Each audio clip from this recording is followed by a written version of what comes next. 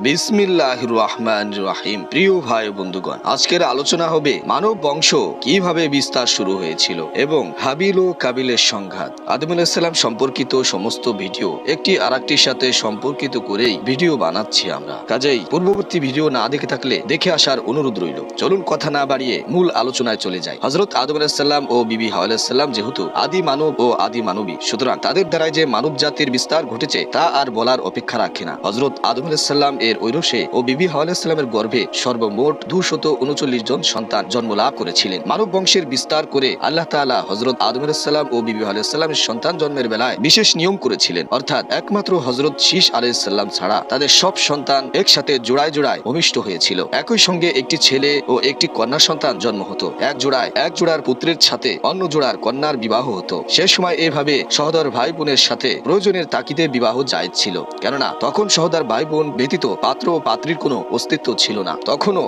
একই জোড়ায় ভাই বোনের মধ্যে বিবাহ নিষিদ্ধ ছিল। কোন কোন কিতাবে প্রকাশ রয়েছে যে হযরত আদম আলাইহিস সালাম স্ত্রী বিবি হাওয়া আলাইহিস সালাম 219 জন সন্তান জন্ম দেন নাই, বরং তিনি মোট 180 জোড়ায় সন্তান প্রসব করেছেন আর একবার মাত্র একজন সন্তান অর্থাৎ শীশ আলাইহিস সালামকে জন্ম দিয়েছেন। তাতে হযরত আদম আলাইহিস সালামের সর্বমোট সন্তানের সংখ্যা 361 জন হয়। হযরত আদম আলাইহিস সালাম ও বিবি হাওয়া আলাইহিস সালাম সরংদ্বীপ বর্তমান সিংহল দ্বীপে স্থায়ীভাবে বসবাস শুরু করলেন। এরপর কিছুদিনের মধ্যেই বিবি হাওয়া আলাইহিস সালাম অন্তঃসত্ত্বা হলেন এবং যথাসময়ে তার গর্ভে হযরত আদম আলাইহিস সালামের প্রথম সন্তানদ্বয় তথা একটি ছেলে এবং একটি কন্যা সন্তান ভূমিষ্ঠ হলো। ছেলে সন্তানের নাম রাখা হলো কাবিল এবং কন্যা সন্তানটির নাম রাখা হলো আকলিমা। এই কন্যাটিকে আল্লাহ তাআলা অতিশয় রূপ এবং সৌন্দর্য দান করেছিলেন। এরপর বিবি হাওয়া আলাইহিস সালাম আবার যথাসময়ে গর্ভ সন্তান ধারণ করলেন এবং তাতেও সময় মতো একটি ছেলে সন্তান ও একটি কন্যা সন্তান জন্ম দিলেন। ছেলে সন্তানটির নাম রাখা হলো হাবিল ও কন্যা সন্তানটির নাম রাখা হলো গাজা। গাজা নামক কন্যাটি কিন্তু আকলিমার মতো ততটা রূপসী ছিল না, বরং তার তুলনায় কুশ্রী ছিল।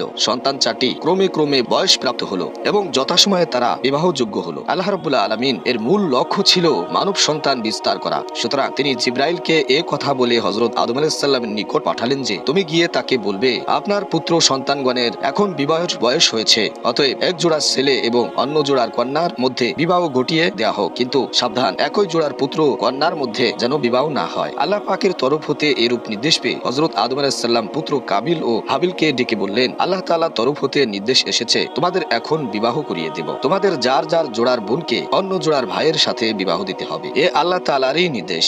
সুতরাং কাবিল গাজাকে এবং হাবিল আকলিমাকে বিবাহ করার জন্য প্রস্তুতি গ্রহণ করো। পিতার আদেশ শুনে হাবিল নীরব রইল, কিন্তু কাবিল সঙ্গে সঙ্গে প্রতিবাদ করে উঠল। সে বলল না, তা হতে পারে না। আকলিমা অনেক সুন্দরী সুশ্রী, আমি তাকে বিবাহ করব আর তার প্রতি দাবিও আমার অধিক, যেহেতু সে আমারই জোড়ায় জন্মগ্রহণ করেছে। হাবিল তার জোড়ার বোনকে বিবাহ করুক। আল্লাহ তাআলা মায়ের পেট হতেই তো জোড়া মিলিয়ে দিয়েছেন, আমাদেরও তা রক্ষা করে কাজ করা উচিত। তুমি কি কারণে আল্লাহর নির্ধারিত জোড়াকে ভেঙে তার রদ বদল করতে চাও তা বুঝতে পারছি না। আমার মনে হচ্ছে তুমি হাবিলকে বেশি ভালোবাসো বলেই সুন্দরী আকলিমাকে তার সাথে বিবাহ দেওয়ার ইচ্ছা করছো। তবে এ জানিয়ে দিলাম, হাবিলের সাথে আকলিমার বিবাহ আমি কিছুতেই মেনে নেব না। আকলিমাকে আমি বিবাহ করব। অতএব আমি তোমাকে পূর্বেই জানিয়ে দিলাম, আমার বিবাহ নিয়ে কোনো ঘটনা কোনো অঘটন ঘটলে সেজন্য আমাকে দায়ী করতে পারবে না। হযরত আদম আলাইহিস সালাম বললেন, দেখো পুত্র, তুমি যাই বলো না কেন, আল্লাহর আদেশ অনুসারে আমাকে কাজ করতেই হবে। একবার তার হুকুম অমান্য করে বেহেশত হতে দুনিয়ায় এসেছি, দীর্ঘকাল কান্নাকাটি করে গুনাহ মাফ করিয়েছি। পুনরায় যদি তার আদেশ অমান্য করি তবে আবার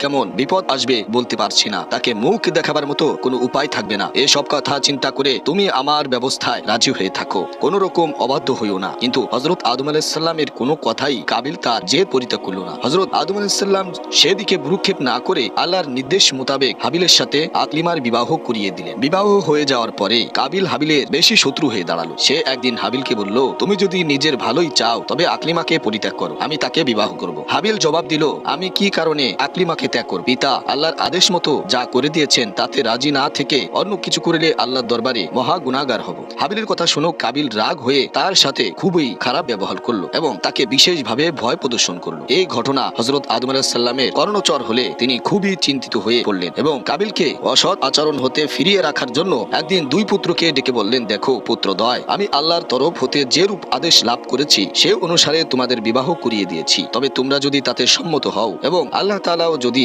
অন্য রূপ চাহেন তবে আবার তোমাদের বিবাহ রদ বদল করে দেওয়া যাবে। এখন আল্লাহ তাআলার মতামত প্রত্যক্ষভাবে যাচাই করার জন্য তোমরা দুইজনে কুরবানি করে দেখো। আল্লাহ তাআলা যার কুরবানি কবুল করবেন আকলিমাকে তার সাথে পুনরায় আবার বিবাহ দেওয়া যাবে। তখনকার সময় এই নিয়ম প্রচলন ছিল যে কোনো উদ্দেশ্যে কুরবানি করে কুরবানির মাংস রেখে দেওয়া, যার কুরবানি আল্লাহ কবুল করতেন পাহাড় অঞ্চলের দিক হতে এক খণ্ড আগুন এসে ওই মাংস জ্বালিয়ে দিয়ে যেত। আর যার কুরবানি কবুল হতো না তা আগুনে জ্বালাইতো না। কাবিল ও হাবিল দুই ভাই পিতার প্রস্তাবে রাজি হয়ে দুইজনে দুটি বকরি নিয়ে এক পাহাড় এলাকায় চলে যায় এবং নিজ নিজ বকরি জবেহ করে পৃথক পৃথক ভাবে মাংস পাহাড়ের উপর রেখে দিল। কিছুক্ষণের মধ্যেই দেখা গেল আল্লাহর কুদরত হতে পাহাড়ের একদিক হতে শ্বেত বর্ণর আগুন এসে হাবিলের কুরবানিকৃত মাংস জ্বালিয়ে গেল। এই দৃশ্য দেখে হাবিল খুবই সন্তুষ্ট এবং আনন্দিত হয়ে আল্লাহর দরবারে শুকুর জ্ঞাপন করল। পক্ষান্তরে কাবিলের লজ্জায় অপমানে হিংস্র ও রাগে মূর্তি ধারণ করে হাবিলকে বলল, আমি অবশ্যই তোমার দফা রফা করে দেব। কুরবানির ফলাফলের কথা হযরত আদম আলাইহিস সালামের কানে পৌঁছেলে তিনি কাবিলকে নিকটে ডেকে নানাভাবে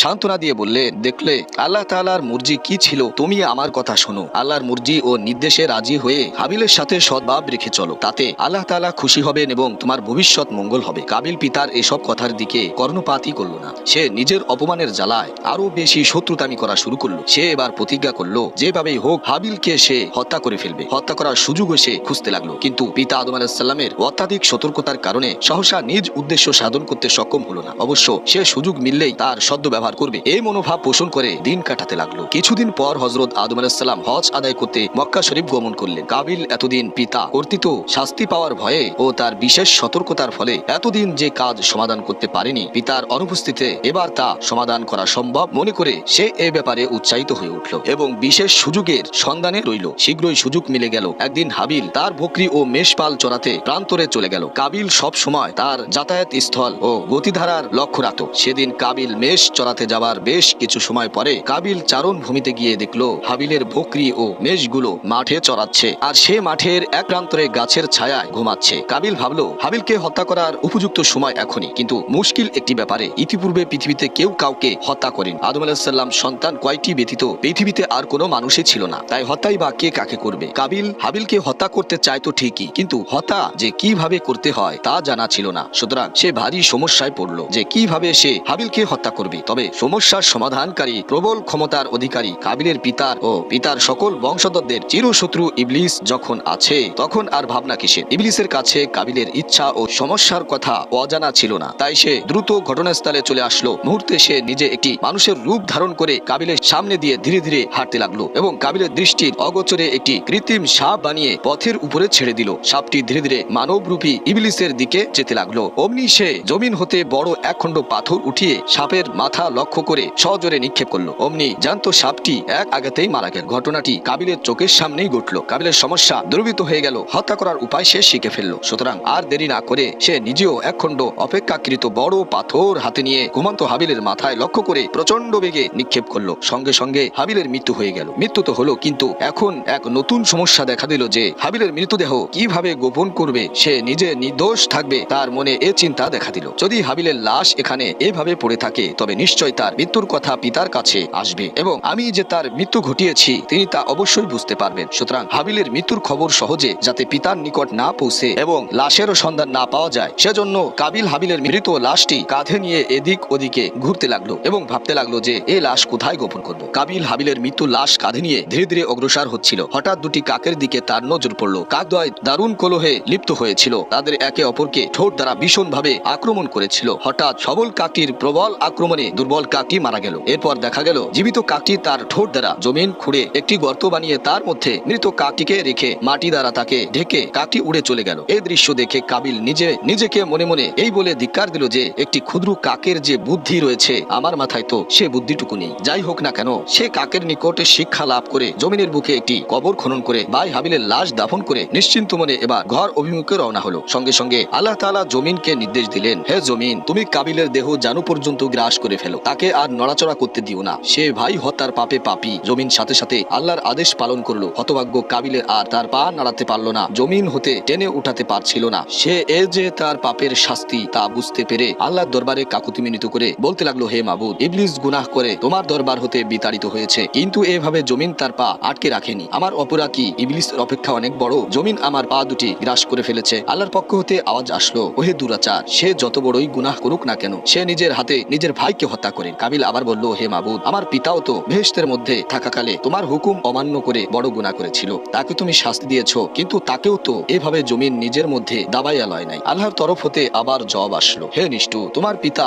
আমার আদেশ অমান্য করে অন্যায় করেছিল নিজের প্রতি। প্রতীক। কিন্তু তুমি কি করেছো? তুমি যে এমন অপরাধ করেছো যে অপরাধ দ্বারা বিনষ্ট হয়েছে অন্যের হক। তুমি অন্যের প্রতি অবিচার করেছো, অত্যাচার করেছো, সুতরাং তোমার অপরাধ সবচেয়ে বড়। এরূপ ঈর্ষাদ হবার সাথে সাথে কাবিলের দেহ বুক পর্যন্ত জমিনের ভিতরে চলে গেল। তখন কাবিলের ভয়ে দিশাহারা হয়ে ব্যাকুল ভাবে আল্লাহর দরবারে এরূপ মিনতি জানালো যে, হে দয়াময় প্রভু, জানি না আমি না জেনে না বুঝে ইবলিসের প্রতারণায় ভাই হত্যার মতো মহা অপরাধ আমি করে ফেলেছি। সত্যি এর তুল্য অপরাধ নেই, কিন্তু তুমি তো মহান কৃপাময়, দয়ার আধার, ক্ষমাশীল, সবকিছু তুমি ক্ষমা করে দিতে পারো। আমি আমার পিতার নিকট শুনেছি তুমি তার গুনাহ তোমার প্রিয় হাবিব হযরত মুহাম্মদ সাল্লাল্লাহু আলাইহি ওয়াসাল্লামের উছিলায় ক্ষমা করেছিলে। আমি তোমার কসম দিয়ে মিনতি জানাচ্ছি, আমাকেও তুমি তোমার সেই মহান হাবিবের বরকতের উছিলায় ক্ষমা করে দাও। এবার মহান আল্লাহ তাআলা তার প্রিয় হাবিবের সম্মান ও ইজ্জত রক্ষার তাকিদে জমিনকে বললেন, হে জমিন, তুমি কাবিলকে ছেড়ে দাও। এভাবে কাবিল মুক্তি লাভ করে ঘরে যাওয়ার নিয়ত করলো। কিন্তু সে যেই ঘর অভিমুখে রওনা হলো, অমনি আল্লাহর নির্দেশে এক ফেরেশতা বিকট মূর্তি ধারণ করে তার সামনে দাঁড়ালো এবং তাকে মারাত্মক ভাবে অস্ত্র দ্বারা প্রচন্ড আঘাত করলো। তাতে তার প্রাণ বের হয়ে গেল। কিন্তু আল্লাহ তাআলা তাকে আবার জিন্দা করে দিলেন। উক্ত ফেরেশতা আবার হাবিলকে আঘাত করলো এবং সে আঘাতে তার মৃত্যু হয়ে গেল। কিন্তু আল্লাহ তাআলা তাকে আবার জিন্দা করলেন।